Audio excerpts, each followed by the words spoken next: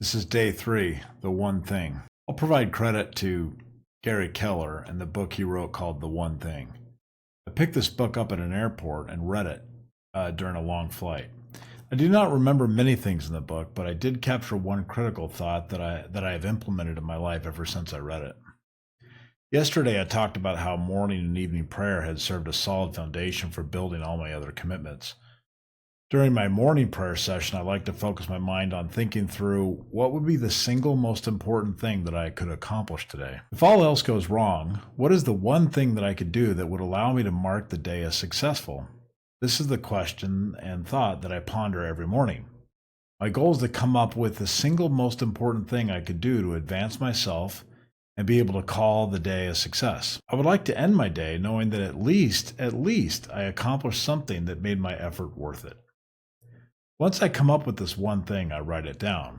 This is what I call my 365 journal. I write this daily objective down and then do my best to work on it whenever I have idle time. In essence, each day has an objective, and if I get that one thing done, my hope is that I can chalk the day up as success.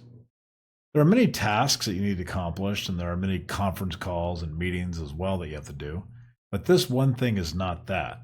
The one thing that is almost always focused on your primary objective or your great ambition. Honing in on this single thing daily will slowly magnify all of their efforts towards your ultimate objective. Come back to this one thing frequently throughout the day. Work on it when you can, and definitely do not allow yourself to quit for the day until that task is done. You may wonder, well, what happens if I do not finish? You can always pick this one up as your one thing the next day, but you may also want to recognize that when you close out the day, it is okay to fail. Failure is just part of the process, and the method in which you end the day is intended to give yourself permission to fail and try again the next day. Some days I do not have any gas in the tank. On other days I am traveling or having meetings all day long. My ability to complete the one thing is difficult. The strategy I use is to at least try to do something.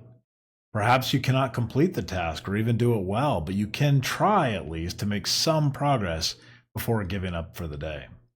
I've learned through the crucible that it is infinitely better to do something every day than nothing for a string of days and one significant heroic attempt at the end. If you want progress, then you need to be okay with the idea that small incremental improvements of a duration of time will always be better than trying to get everything done in just one day. In the end, the key lesson from the one thing is not about perfect execution every single day. It's about consistently showing up and focusing on that one critical task, no matter how small the steps may feel. Some days you'll have the energy and focus to crush it, and other days you might just chip away at it.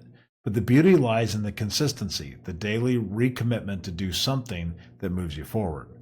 Progress, I found, doesn't come from grand gestures or heroic efforts once in a while. It comes from the accumulation of small wins over time. So even if you don't hit the mark every day, don't be discouraged. Keep showing up, keep working on that one thing, and over time, the momentum will build. And on those days when nothing seems to go right, remind yourself, just doing something, even a little, makes today a step in the right direction. In the long run, it's this steady, focused effort that makes all the difference. And for me, this simple practice has become a cornerstone of how I approach every day. Because when I look back, I want to see a path marked by progress, no matter how small the steps might have been along my path.